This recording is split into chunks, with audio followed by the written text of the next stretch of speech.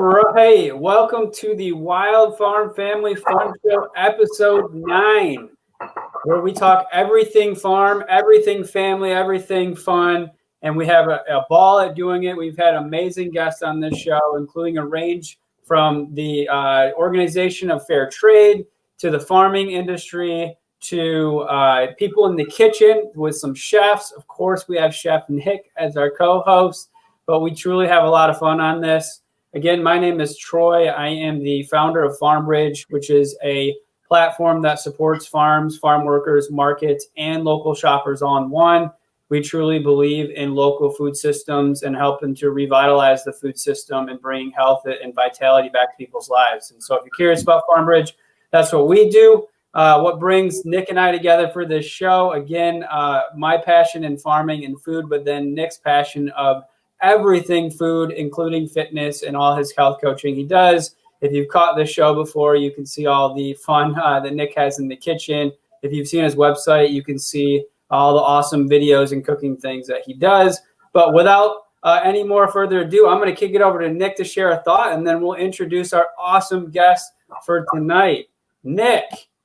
Yes. Good evening, everyone, and welcome and greetings from Nashville, Tennessee. So I am normally from Minneapolis. I live there, but I'm down in Nashville taking in a big drink of the Music City, and really grateful to be joined by Troy and Bobby tonight, who's going to drop in on some serious knowledge around fitness and food and whatever else that he's got going on.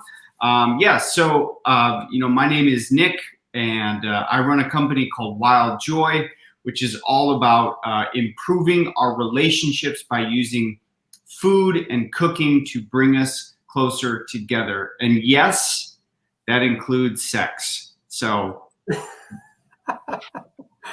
Oh, Nick. All right. That's how we make families, isn't it? Right? So anyway, I know we're a little PG, a little bit beyond PG today. But anyway, all right. So let's turn it over to our esteemed guest tonight, Bobby, calling in from the garlic capital of the world, just outside of California, San Francisco, California. Bobby, good evening. How are you? And what are you up to in the world? And please share with us a fun fact. I'm doing great. Thank you, Nick. Thank you, Troy. I'm actually in Gilroy, California, which is right outside of San Jose in the South Bay area of California. I'm a greatness coach. That's how Troy knows me. So I could spend hours talking about what I'm up to. What I am up to, as I'm always up to, is helping people seek and find and hunt the best versions of themselves. And many people see me in the fitness space because that's kind of what I do primarily now. But what I love to teach and coach is how people can find what they want to be in life, what their purpose is, and then give them the tools and the steps to get there and help them realize along the way, as you guys probably try to do as well, is help them realize that everything we really do breaks down to the same foundational pieces. And once you realize that there's a formula, right? There's a formula that applies to just about every goal or vision we have. It makes it easier for people, number one, but it makes it fun for me when I'm able to help somebody connect to that vision and then see the stairway to get there. So that's kind of what I do. That's beautiful. And we're going to dive in more. I'm curious to know more about these foundations, but I know you shared with me a fun fact with us before we got on the call, but let me just ask you, what's a fun fact about your life? The same one I share with you? Yeah, well, whatever's present with you, whatever you want. Yeah. So Nick is from Minneapolis. My mom was born and raised in St. Paul, actually St. Paul and Minneapolis. And a fun fact is she babysat Prince, the renowned singer, rest in peace, from Minneapolis. And so, she was a wild one. She passed away when I was 28, 26 actually, which is part of the reason I'm so passionate about health and about fitness and about dreams. But yeah, before she left inside of me a drive and a vision and a passion that at age 48 now, I feel as if I'm just getting started pursuing that and kind of unleashing that gift I have on the world. So that's beautiful. And what is well, first off, are you a Prince fan? And then if so, like, what's your favorite Prince song? I love Prince. That's a great question. Raspberry Beret is one of my favorites. Purple Rain, Darling Nikki. But the one that is underrated is Lady Cab Driver. Like that's the one that few people don't know about. That's one of my that might be currently my favorite because it's not well known. And yeah, I like it. Yeah, I think Lady Cab, if I had to pick one today, Lady Cab Driver will probably be it. Beautiful. I'm gonna check that one out. And I might put that on my Prince list. That's the one. That's the one, Nick. So I didn't get a chance to do an intro too, but so Bobby mentioned a little bit that him and I met. I think it was last year, if not a year and a half ago, around the passion with our youth, where we enjoy going in and speaking to schools and truly have a passion for inspiring our youth and finding what they want to do in life and leading with their passion.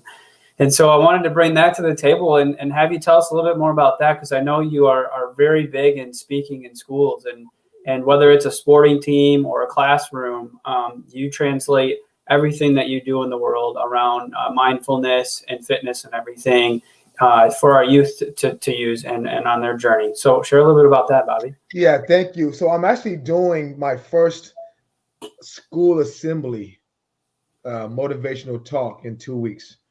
Nice. And it's a blessing. I feel extremely honored that God is using me as his vehicle to speak life and spirit into young people. But as you said, Troy, I mean, that's a passion I have had since I was 8 or 9 years old. Yes. Like literally, like when I was 9 years old, my dream was to be an NFL football player. Like since I can remember, that was my dream. But I always envisioned that goal, that dream, in the context of what I could do with it, right? And it sounds weird that an 8, 9, 10-year-old was envisioning being an NFL football player in the off season and speaking to children. Now that came partly from the fact that I grew up with a stutter, right? And I grew up, my dad was in the Army, so I grew up in predominantly non-Black schools. So I was usually one or two, either the only Black kid or one of a few. And so, being different, having a stutter, being skinny made me feel different, right? And so I knew other kids had similar issues, similar thought patterns, similar, self-conscious issues. And when I began to pursue my dream of playing football, which I did, I played football for 13 years, played in college, had some pro tryouts, but that wasn't the path God meant for me. But as I began to pursue this dream, I saw myself using that as a mechanism to help young people. Because I knew even then, I knew that people would listen to this if they saw this, especially young people. And I knew that if I could use that and then go back to a school and talk to them about academics, about life, about family, about purpose, about self-confidence from the podium of an NFL football player, that could resonate. So since I was 8, 9, 10 years old, that was my dream is to help people. And every step along the way, I was always coaching and mentoring people younger than me. Like my mom would bring home kids at almost every stop we had in the military. I come home from school and there'd be a kid younger than me that she wanted me to mentor. Like I was 14, there was a 10-year-old in my living room. When I was 16, there was a 12-year-old in my living room.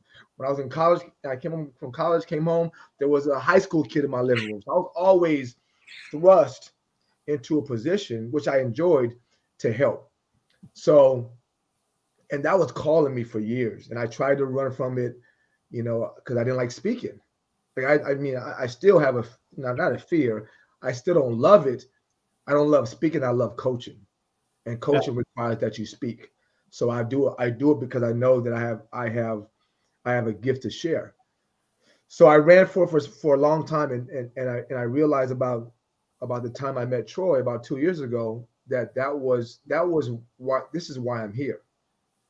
And everything that I've done to this point was meant for this, right? The body I've built up is meant to help me resonate with children. The fact that I spent 10 years in finance before I came back to fitness allows me to resonate with corporate people and people who, are not in fitness as their primary thing, right? The fact that I'm older now and I have 2 teenage children allows me to resonate with people who are in their 40s. So all that was a path that was custom made for me, right? And now I'm in a position now where I can go to a young person, and I love talking to young people because I help them get back to what we're supposed to be doing as young people, and that is dreaming about things and then chasing it. Right? I think one of our biggest problems we have in our world is that we don't allow our children to dream. Mm-hmm. Right? We're so quick to dismiss the things they want to be in life. I want to be an astronaut. I want to be in the NBA. I want to be a doctor. And we as adults, because we have been put through the grinder, right? We are so quick to suggest to them a more realistic dream, right? And what I remind parents of, and coaches and teachers, and what I connect with children about is that it doesn't matter what the dream is when you're 8 or 10. What matters is that you develop the ability to dream. I call it the dream muscle. What matters is that you make that dream muscle strong, because trying to be a multinational worldwide speaker, having been a kid who stuttered, is no different than dreaming about being in the NFL. Mm-hmm. Absolutely. Right? Dreaming about having, a nationally recognized podcast is no different than wanting to be a doctor. Right? So if we squash the ability to dream when kids are 8, 9, 10 years old, then they're lost. Right? Then they lose the opportunity to begin to understand what the steps are to get there. Right? Let them work on the steps, and then let them figure out when it's time to pivot to a new dream, which will show itself. Right? So I love going into an audience and telling them all the dreams I've had that I've accomplished. Right? Played college football after being a skinny kid. Got a master's degree in finance, became a CFO for a decade, having been a kid who was never really, super brilliant in high school. Right? Mm-hmm. Having stuttered and left and used that as leverage to begin to build a career around speaking. Are you kidding me? So the ability to go to a kid and be able to use all of my story to connect to a kid after they've already seen how I look like. Again, that's important. It's part of my brand now. When I go into an audience, they see what I look like. They listen to me. Mm-hmm. Right? And now I can tell them, what do you want to be? Well, it's far-fetched. I didn't ask you that. What do you want to be? Right? And then remind them that no one has the right to rob you of what your dream is. Right? Yes. Only you can do that. And at some point, you may pivot, but that's your decision to make, not somebody else's. And back to Troy's point, I love doing that. I love the opportunity to do that, because again, we have to have that. Everything that we have around us was built by somebody who dreamed about it, who thought about it, who faced people who said they couldn't do it. This computer, this camera, all this stuff that we have, somebody dreamed about, right? And we're letting our kids, our young people, off the hook by not letting them do the same. So I'm here. I feel as though I'm here to be one of the many people in this world who are getting back to that and speaking to the hearts and souls and spirits of young people. That's awesome, Bobby. Troy, do you mind if I just ask him a quick question here? Okay, go ahead, Nick. So, Bobby, thank you so much for being such a positive role model for children in the world. And do you mind if I just ask a little bit more about your personal history? No, please. So, and I love the concept of the dream muscle. That really resonates with me. And what I was really present to when you asked that, or when you spoke about that, and was like, at some point in my own history, like I started to tell myself a story that like I can't reach that, or that is unrealistic. So I'm curious if you don't mind sharing with me, Troy, and everyone else, like what was that story that you had when you were young? What happened for you to change that story, and what is that story now? Great question. Great question. Yeah, I was going to say, first of all, it's not a story I had. I still have it. Right. We have those voices. You know, I'm really big. My new thing, I'm kind of nerdy. I'm a buff nerd. My new thing is I'm really big into neuroscience, right? Yes. Quantum physics and how our thoughts, we can create our realities through our thoughts. Yes. So I'm all into that. But what I learned, so my story is not you. We all have a story, right? And I tell people, and again, it's not just young people; it's everybody, right? I speak at the companies. I have a fitness program where my clientele is, the average age is probably mid-40s, and I tell them that they're not done dreaming. So young people is kind of like, I love it because they're so fresh, but it's everybody. And so my story is my story, but we all have a story. And mine, we come into this world with dreams. We come into this world with the whole world in front of us. And we're taught over time what not to think about, what not to dream of, what not to reach for. And so I'm no different than anybody else. So I was born fresh in 1972, ready to conquer the world. And the story began to be, I'm black, I'm skinny, I'm ugly. I can't speak correctly. I look different than everybody around me. I look different than everybody who's successful in front of me, whether it's TV or magazines or books in class. So you begin to feel, and I always say in my talks, not only different, but inferior, right? Sports, in some ways, saved me from that. Because in sports, it doesn't matter how you look. It doesn't matter how you talk. All that matters is, can you run? Can you hit? Can you catch? Can you throw? That's it. And so I dove into sports, right? It consumed me from about 9, 10 years old. That was who I was. I began to develop an identity around sports, and especially football, because football, in addition to the other things I talked about, you could hit people. And you could transfer the pain to somebody else. So I love that part of it, right? Yeah, I feel ugly. You know what? We're going to both be hurting in about 2 seconds. Right? So yes, I began to build an identity around sports.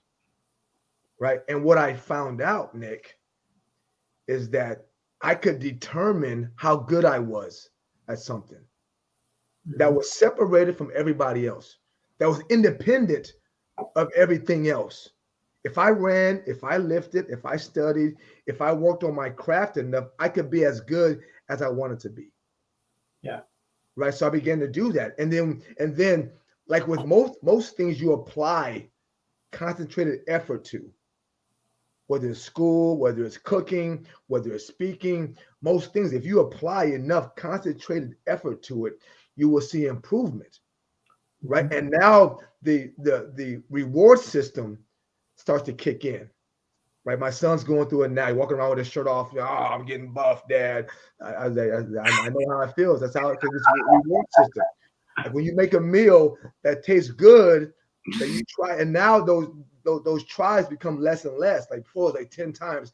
Now you get it in like 2 times, right? So I began to identify how easy it was, not easy, how simple it was to follow steps to get to what I wanted. So the story became, there's a system here. Like there's a system to everything in life, right? I have a 5 steps to greatness, and number 1 and 2 is about mental, but after that, it's about just work. So you mean to tell me for most things in life, if I just want it bad enough, I build the right belief system, which is harder than we think it is. Yeah. Right. And I build habits around step 3 is go, step 4 is learn. If I apply enough concentrated effort to those steps, I cannot lose in anything I do.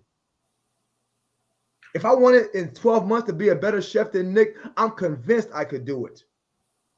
Yes. Right. So maybe that's true. Maybe it's not true, but I believe that if I devote my efforts and I marry my dream, I call it marrying the dream, right? I stop dating it, I put a ring on it, and I say, you know what? I'm not leaving until you and I are inseparable, right?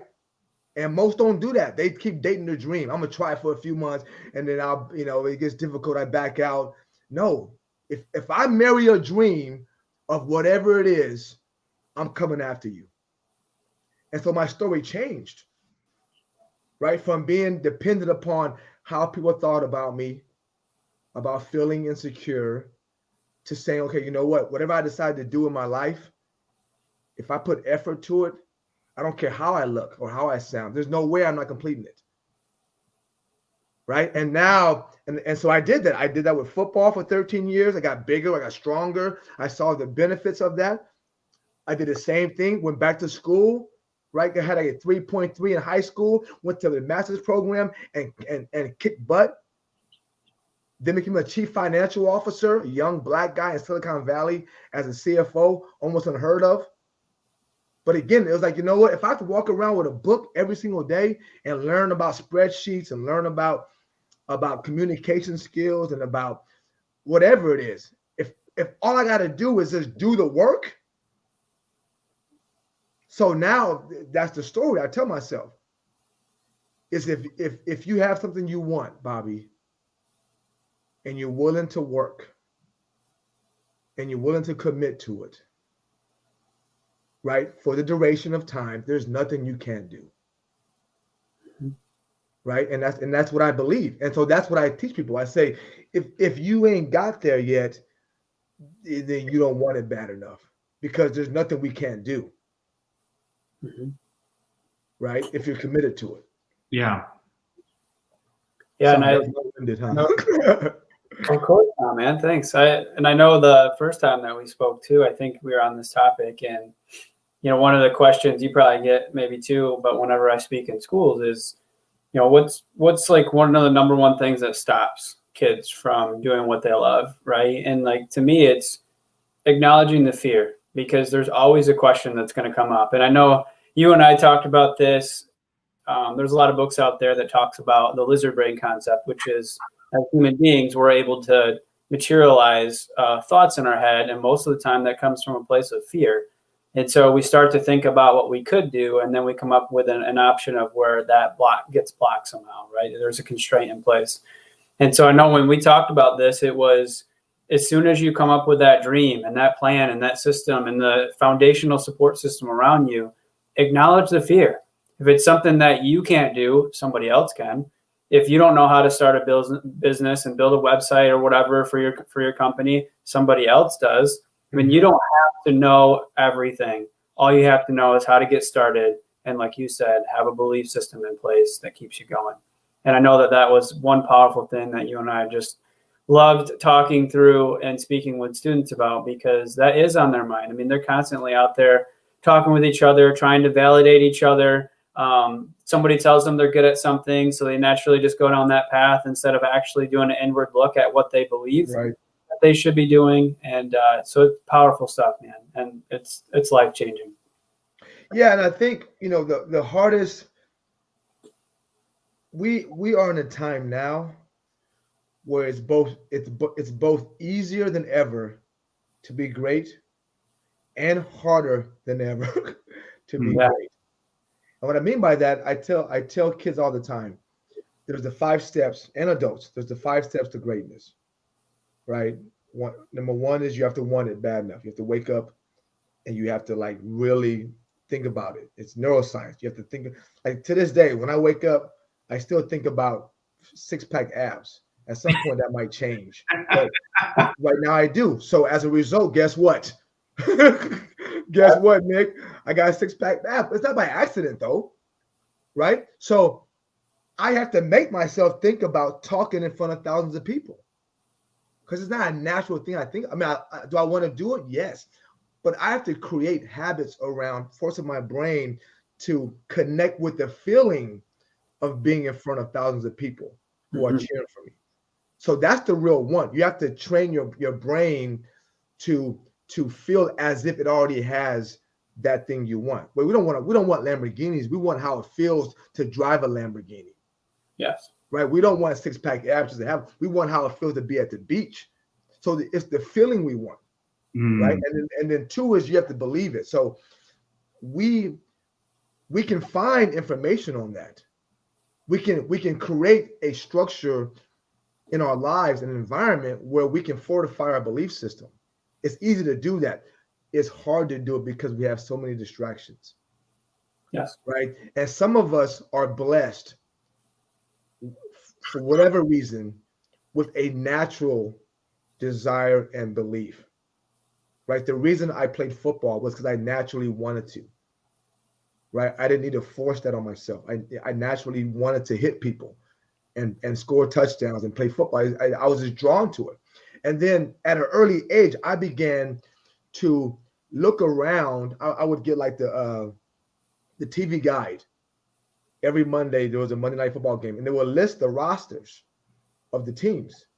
And then every summer, there would be a Street Smiths was a brand, but there would be a preview magazine for all the NFL teams. And I would go through every roster and see any cornerbacks or safeties that were around 5'9" or 5'10", my dad's height.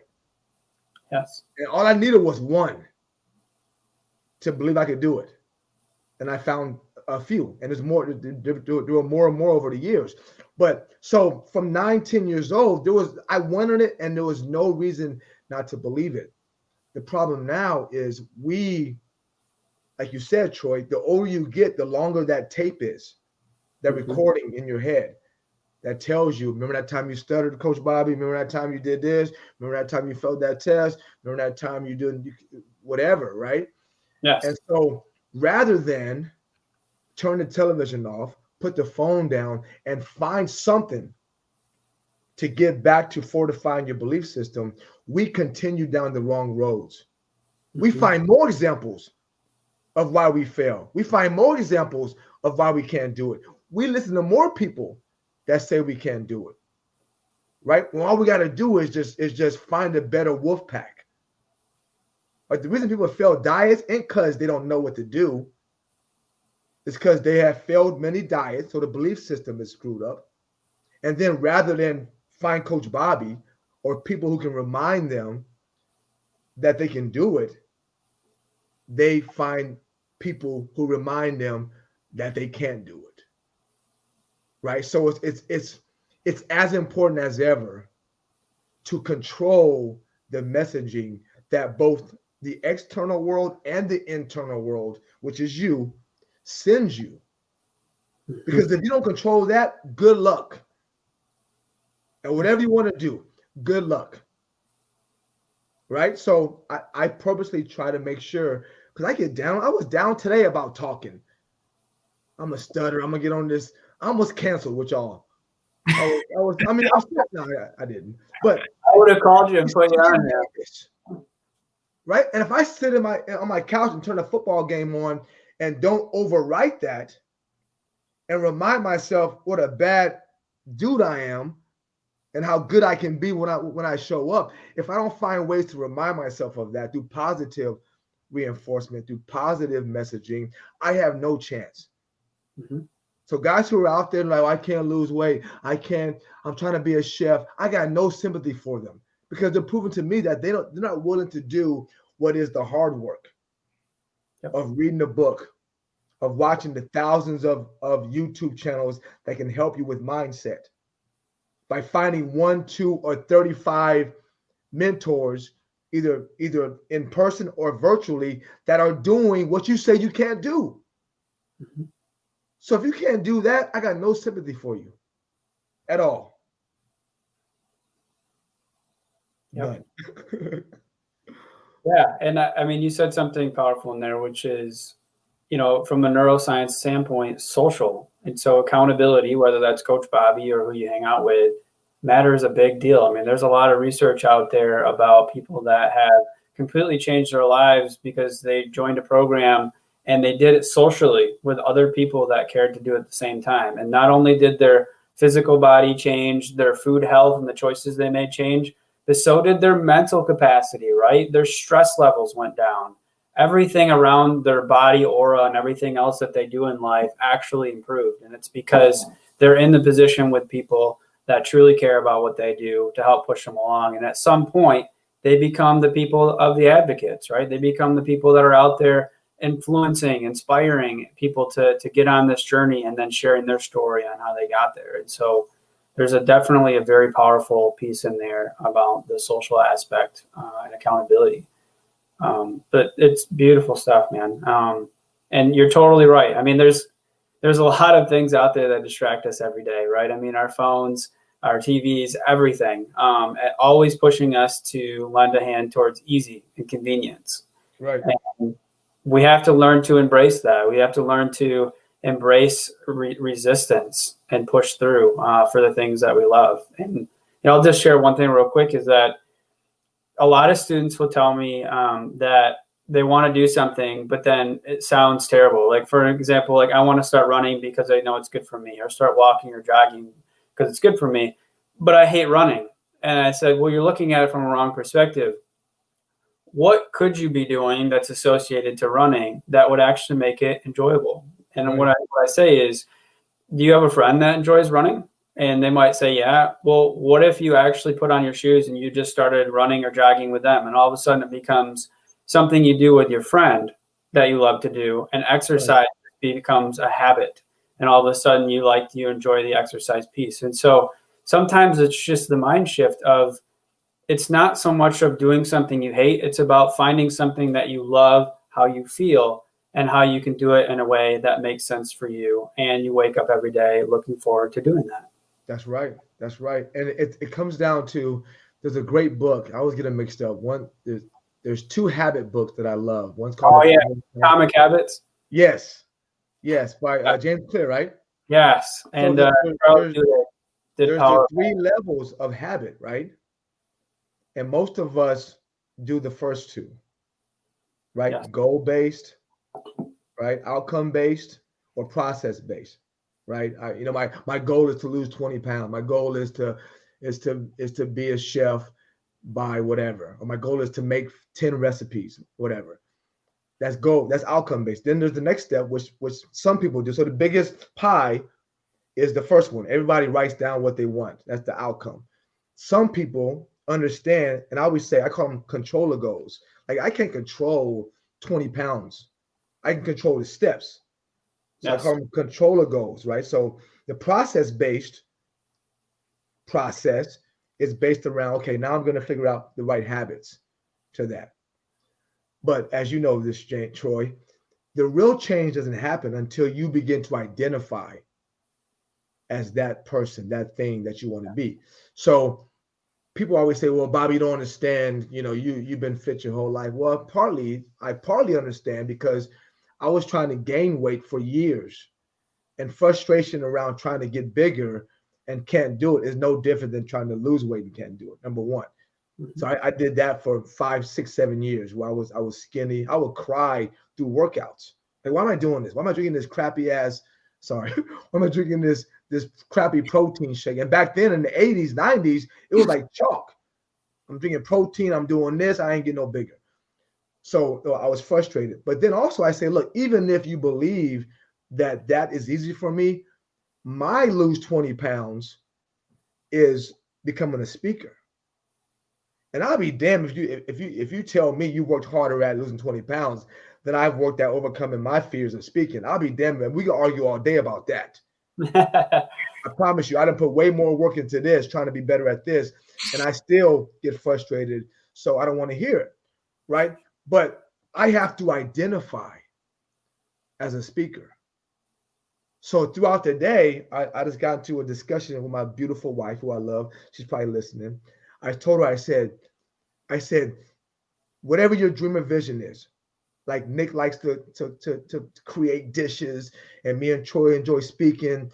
If you only are that person when you are in the gym, right, the metaphorical gym or kitchen, right, and the other, so 168 hours in a week, if you spend 8 hours in the gym, right, that's 160 hours outside the gym. If you are only that person when you are under a weight, then you have no chance. You have to be fit all the time in your mind. I have to be a speaker in my mindset, in my psyche, in my spirit all the time. I can't just do it when I have a podcast. So what does that mean, right? At 10 a.m. on a Sunday, what does a speaker do? Right? At 10 p.m. on a Tuesday, how does a speaker act? Right? What does Les Brown do in his spare time? I guarantee you they ain't watching every football game. I promise you that. Right? How do they act? So we have to embody this thing, right? And you have to let the world know this is who I am. Right? That means putting your stake in the ground and saying, I am no longer the girl who hangs out and talks trash about skinny girls. I am one of the skinny girls. That's who I am. But you're 300 pounds. So what? Here, I'm already there. Right? And you have to begin to put your stake in the ground and tell the world who you are and make them treat you as such. And most people won't do that. They're like, I kind of want to get in shape. I kind of want to be a speaker. And they'll keep some cards to themselves as a way out, because it's scary. Like Troy said, it's scary to say, I'm going to be a nationally recognized chef. I'm going to be a nationally recognized speaker. I'm going to be in the NFL. Right? But once you say that, and if you hold steady to that, they will treat you as such, which means that you will begin to fortify your own belief system.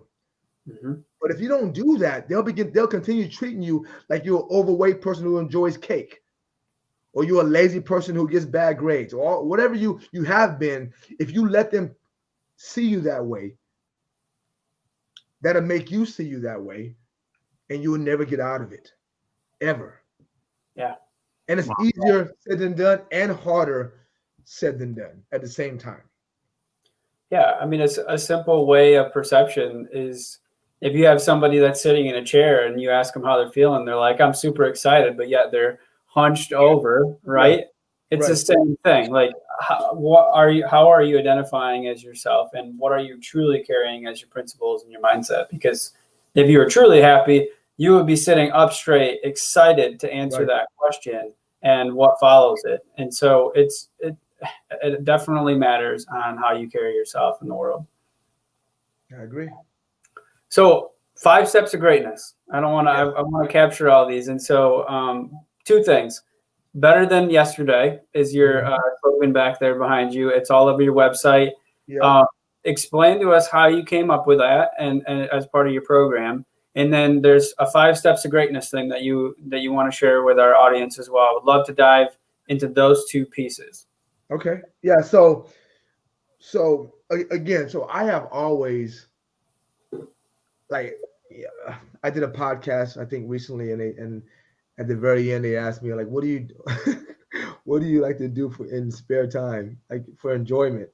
And I said, I hunt greatness for enjoyment. That's what I do. I'm a hunter, man. That's what I mean. I hunt the best version of me. So I was training some baseball teams like 7-8 years ago.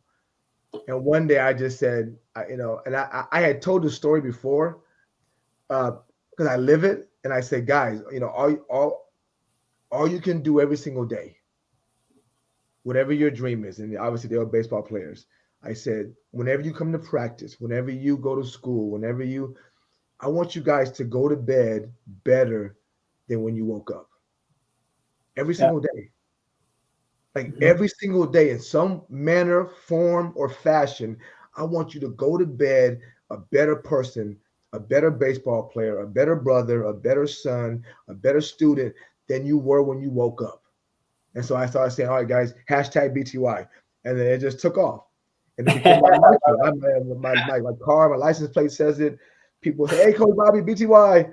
But it's a mantra that I have.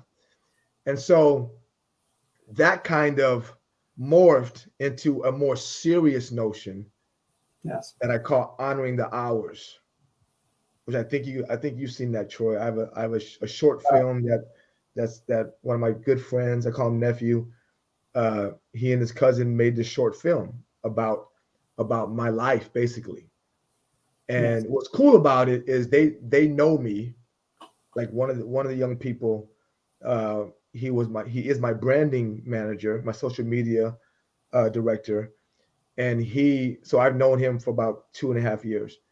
He wrote the script, and then his cousin, who was a film major at I think Texas, he shot it. I provided no insight at all. Like he wrote the script. He came over one day, said, Uncle, called me Uncle. I feel old. Hey, Unc, I want to come by. I want to shoot a short film. It was for the other guy's portfolio. I said, all right. He said, here's the script. So like literally for over a 5-6 hour period, he said, all right, guy, I want to go outside and I want you to run. I want you to get like one of those drones above me chasing me outside. And but it embodied who I am. And so the message for people is two things. Number one, how cool is it that my brand resonates enough to where someone can tell a story about me that I don't need to participate in? Like the story of me, my brand is so good that I don't even need to help with the script. Mm-hmm. Like it exudes. I exude what I want to be, right? But the short film came from a poem I wrote. I wrote it about a year ago for another baseball team that I flew out to Arizona to talk to. And it just came to me about like what has been the secret to my journeys? Like what has been the secrets to me kind of pivoting at this point, like 3 or 4 times? Football, then I went to school, then I was a CFO, then I left that and ran a fitness brand. And now I'm leaving that to be a speaker. Not leaving it, but I'm journeying more into speaking.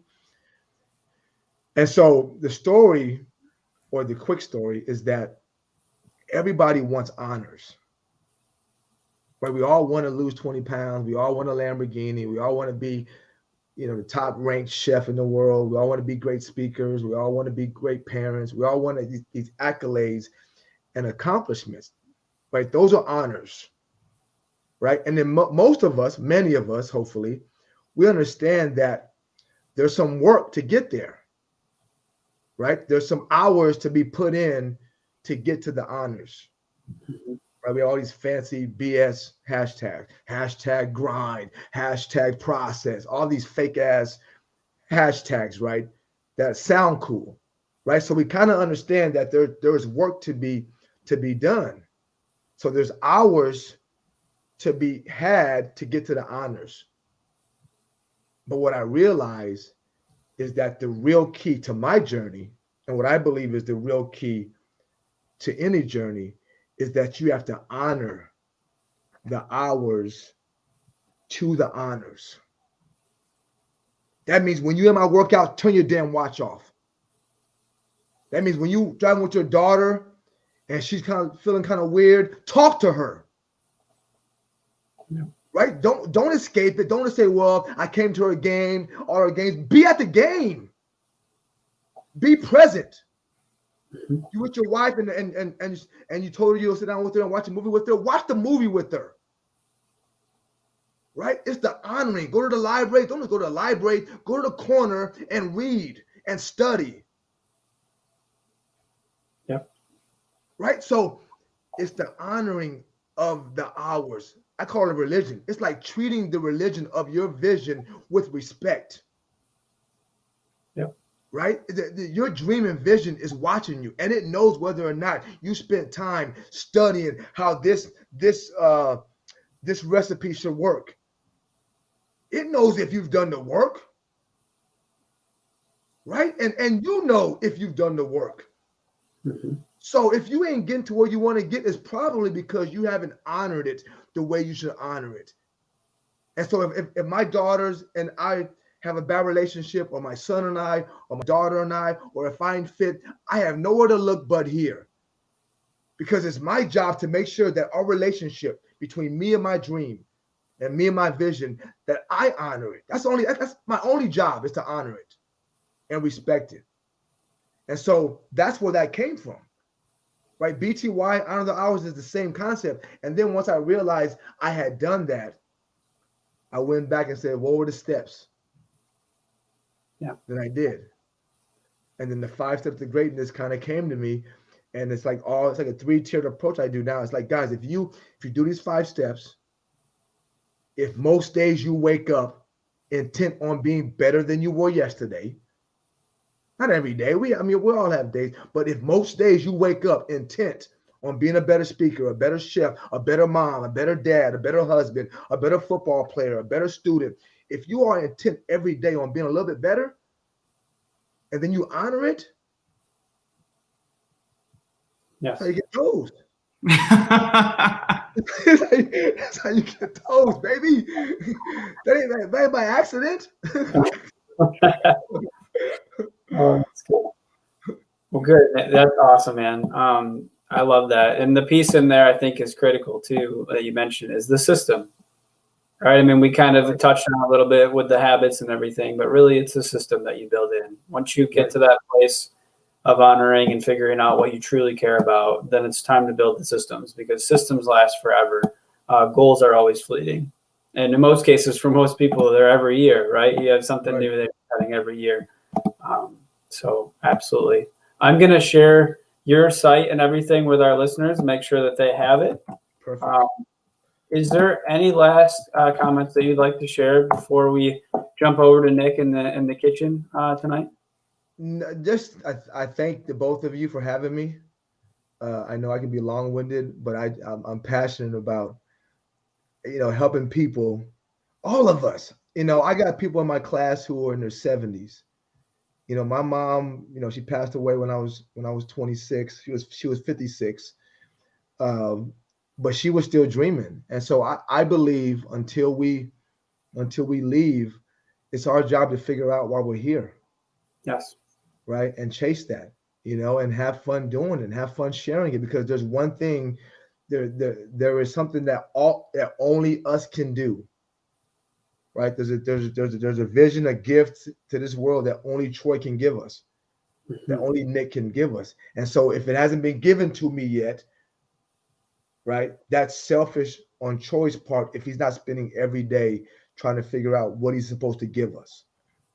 Right. So my message to everybody is, I get it. We want to have fun. We want to enjoy life. We want to have our weekends. Right. But in your heart and spirit, and I know this to be true because everybody comes to me and tells me this, there's something missing. Mm-hmm. Right. And that's okay. We all have something that we feel like, man, I could do more. Right. What's not okay is if you're not pursuing it. Yes. It's okay to not know what it is. It's not okay to not try to figure it out. Mm-hmm. So I request all of you guys, figure out what your gift is to us, and then spend the rest of your days trying to give it to us. Beautiful, man. Well, thank you so much, Bobby, for coming on the show, man. It's been great to catch up with you. I miss you, man. Hopefully we can stay in touch and definitely follow. Yeah, hopefully we will. But thank you so much for coming on. We're truly grateful for this message. If everybody that didn't get a chance to watch us live, I know that they will get a lot of value out of this. And hopefully, I know you mentioned long-winded, but I treat it as what it should be, which is motivational, inspiring, and passion. I mean, you can't deliver value to somebody unless you're truly valuing yourself. And I can just feel it in your voice, man. So I love that. We did share Bobby's website to go check out what he's doing in the world, his speaking, his fitness, his programs. He mentioned his short video. All of them are great to get you started on learning about what Bobby's doing in the world. So thank you so much, Bobby. We always welcome our guests to stay on as Nick does his awesomeness in the kitchen, as we promised, some chicken dancing. Yes, I'll stay on. But he's going to share an awesome recipe straight out of Nashville tonight, and we hope that you'll stick around for I that. will, definitely. Cool. All right, Nick. All right. Yes. All right. Well, wow. I am just blown away by what Bobby had to share, and trying to get my video here just perfect. So, Bobby, thank you so much for just your passion, your level of commitment to wanting not just yourself, that like critical demand of yourself to hunt greatness, but to inspire others to hunt with the same tenacity and drive that you do. Like I hear it in your voice, and just thank you for bringing that to everyone here on the call tonight. That was so amazing. So, and to honor the hours, as Bobby put it. So, I think it was a really great point, because like when it comes to spending time in the kitchen, like if you're going to be cooking for, like if it's a date night, or if you're cooking for your family, like sometimes like you're going to burn the toast, right? Or you're going to burn the chicken, and that's okay. Like you can always order a pizza, right? Like that's not a bad thing to do, but like it's the process, right? It's like honoring the time that you actually commit. And to Bobby's point, like if you want to cook food for your family, like remove the distractions, be present, like put that intentionality into the food. So if you want to have a quality family meal time, then like you, myself, have to put that intentionality behind it and ask for it. So all that being said, I have here with me a wild chicken salad. So it's really very simple. So it starts, you need a big bowl to mix all this beautiful goodness in. Before you cook the chicken, you might want to put a little dance into it, like I do, like a little chicken dance. Okay. Nice. I've gone ahead and cooked up like 3 or 4 chicken breasts. Okay, so that's the first part of this. So it's a very simple, healthy and delicious recipe. So this is a meal I really love to eat maybe about half hour to an hour after a workout. It's also something that I would take on the plane or on the go. I like to put it in a container and go with it. So the base is we have our proteins as far as the chicken, carbohydrates being diced celery, some halved grapes, and our fat, our dressing is going to be some avocado oil based mayonnaise, some pecans, and we're just going to whip all that together. And I like to make a big batch of this so I don't have to do this lots of different times, even though I'll probably eat this whole effing bowl. So when I make it, so the bowl included, I think I'm going to eat that too. So yeah, first things first, I'm just going to add all these ingredients into a big bowl. So it's the chicken, the grapes, the celery. I'm going to go ahead and add the pecans too. And I'm going to post this recipe in the chat so that everybody has access to it. So I'm using I didn't have time to make my own mayo today. So I went out and bought this Primal Kitchen avocado mayo stuff, but I do like to make my own mayos. There's nothing wrong with this stuff, but in a pinch, that's what I had. I didn't have the equipment to make it. So I'm just going to. Nick, walk us through how you would make the mayonnaise real quick, just for our listeners. Oh yeah, so mayonnaise. So there's taste to it for some reason. So extra light tasting avocado oil or extra light tasting olive oil or avocado oil are really great for mayonnaise. And so you can do that in like with an immersion blender. You could put that into a food processor. If you really want to get into it and get a good workout and get some arms like Bobby does, you could do it with a steel whisk. It takes about 7 minutes. Awesome. But the key to making your own mayo is like when you do it, you really want to drizzle, like slowly drizzle the oil in and emulsify as you go. So maybe we'll do that as another episode for how to make your own home whisk mayo in 7 minutes. So, but anyway, so I'm going to go ahead and mix up my ingredients here. So the chicken, the grapes, the celery. While you're mixing that, I wanted to share with you that the wet towel wrapped around the bowl so it doesn't move was a huge hit, especially with my wife and my mother-in-law. They love that and never heard of that. So just for everybody that's listening to this show, and maybe for Bobby too, is last show Nick shared that if you are working hard at mixing something in a bowl, if you don't want it to slide around your counter, you put a wet towel and wrap it around the bottom and it doesn't move at all. And so that was a fascinating tip for many people. I wanted to share that with you while you're mixing there, man. Well, thank you for sharing that, Troy. Yeah. And it is fun to it's really fun to use that steel whisk, right? And like wrap that bowl. Yeah. So it just makes it a lot easier, right? So thank you for sharing that. And I'm glad that tip resonated with you and your family. So I always drizzle a touch of honey on top. I add a little bit of apple cider vinegar at the very end, a dash of salt.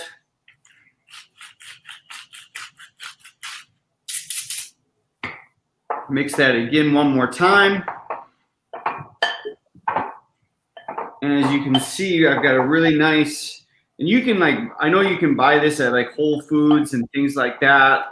But you know, the thing about me is like when I see something in the store and it's like $10 for like a small pint, I'm like, okay, that's one, way too expensive for me. And two, I could cook it a lot better. So I'm always challenged by like, if I see something out there that I think is overpriced, I'm like, well, I can one, make it better, and two, probably make double, if not triple the quantity of what I'm buying it at. So anyway, that's my own little personal vendetta against the grocery store.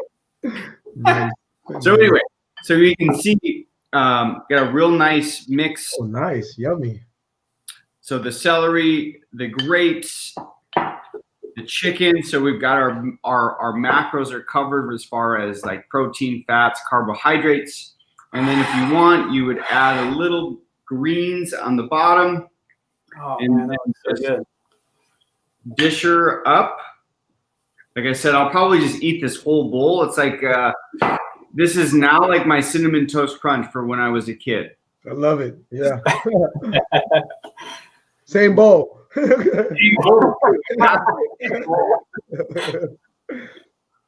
Yeah, same spoon. Yeah, absolutely. So there you have the wild chicken salad. It's one of my favorite on-the-go meals. Great for, like I said, being on the go or after the gym. So I think it's just it's got such a great balance of your macros, and it's just really delicious too. So there you have it. The recipe will be in the chat. So yeah, that's what I got for tonight, folks. Thank you so much to Bobby and Troy. I'm hoping this is the week, brother, that you bring your little baby daughter into the world. I'm really excited for you, bro, and your family. So yeah, me too. I mean, I've been practicing braiding hair for over a week now, right? Last Tuesday night show, and now I'm a week later, I'm going to be a pro here. But yeah, we're super excited, man. So I did chat in Nick's website for everybody that hasn't checked out his website yet. He's doing a lot of great things, not just cooking in the kitchen, but Nick also does a lot of talking around health coaching and stuff. And so I encourage you to check out Nick's stuff. Of course, Nick will always be on this show with us, and we love his fun in the kitchen. I'm going to go ahead and close this out for the night. So thanks again, everybody that listened in live. We know there'll be a few people that watch this recording. This will be recorded and saved out on YouTube under the Wyld Farm Family Fun Show. It also will be recorded on Facebook. So we hope that you will go check it out. A special thank you to our guest, Coach Bobby Buford. Check out his website. It's also in the comment box. Lots of great tips in there about how to get started on your journey, whether you are a young high school, college student, whatever, just getting started, all the way up to adult that's ready to make a change and is ready to dig in and dive deep. There are some great stuff in there from Coach Bobby. And so thanks again for watching us. Again, we talk about everything farm, everything family, and everything fun. We hope you enjoy this show, and we will see you all next week. Thank you, Troy. Thank you very much. Much appreciated, Bobby. So grateful. Thank you.